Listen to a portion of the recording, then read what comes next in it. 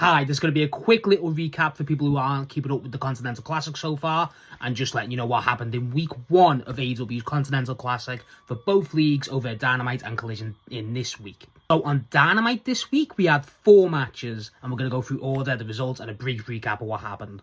First match was the opener of the entire Continental Classic this year in the Gold League. It was Kyle Fletcher versus the current holder of the title of winner of the Continental Classic in Kazuchika Okada. These two have history in last year's Continental Classic, where Kyle Fletcher was the first person in AEW who pinned Okada since his arrival.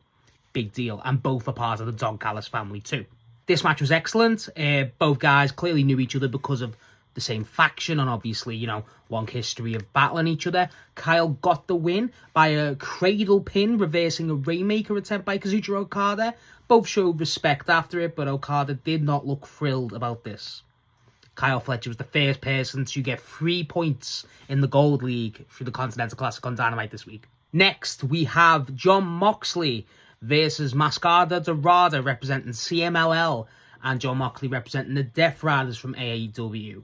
This was a match in the Blue League, the first match in the Blue League, and this match was great. Moxley kept trying to harper and, keep Dorada on the ground. Dorada known for high flying and excellent moves. Dorada did not take this lightly. Dorada landed a few sharp moves, DDTs, went a bit outside the ring too, and Moxley, honestly, great submission win by Jon Moxley, who did look like the pressure was really getting to him of the match. Dorada actually went for a 450 splash and missed the landing, and Jon Moxley, being on the ground, actually snuck in the choke and got the win. Big win for Jon Moxley through a bad run of form recently for him, and he's the first person on the Blue League to get 3 points against the CMLL representation of this tournament.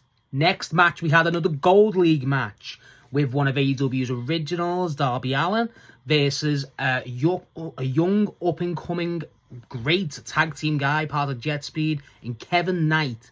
This match was phenomenal, if you ask me. I think this match is possibly the match of the tournament so far.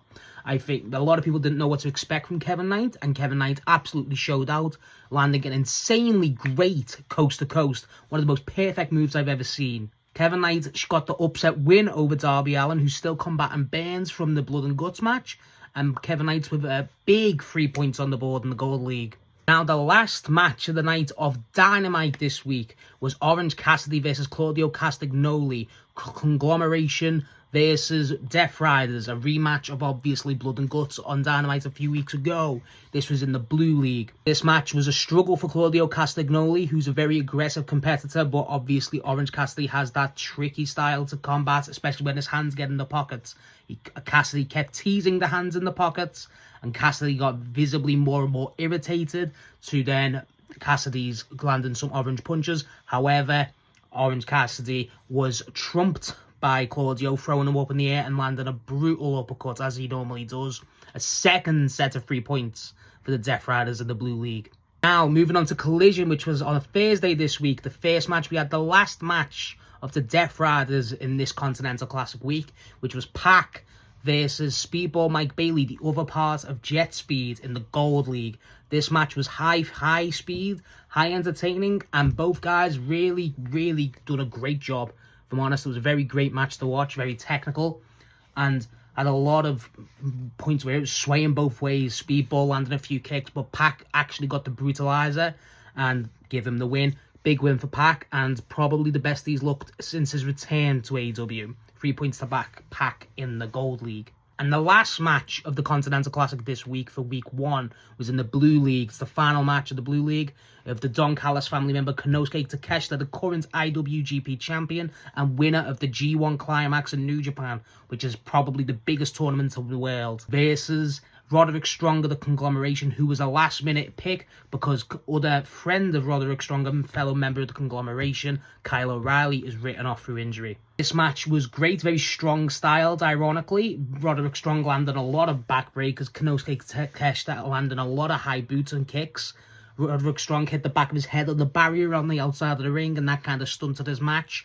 And throughout that, Konosuke Takeshita got the win, solidifying his 3 points and his stature as one of the favourites for the tournament. After week 1, I will put up here now the Gold League standings so far.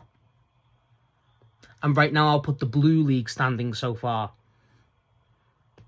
So far, like I said, I believe the Pac versus Speedball match was excellent, but I think the Kevin Knight versus Darby Allin match was my match so far at the tournament, especially with the upset win. I think Kyle Fletcher versus Okada was excellent. All matches have been excellent, that needless to be said. My favourite pick to still win the tournament is Takesh there, but you'll see how this goes. The Don Callis family have got 3 solid options and top contenders to win the belt this year, including the current holder. What do you think about the Continental Classic Week 1 so far? Who's your favourite to win it? What match do you think was the best so far? And what do you predict for next week's matches?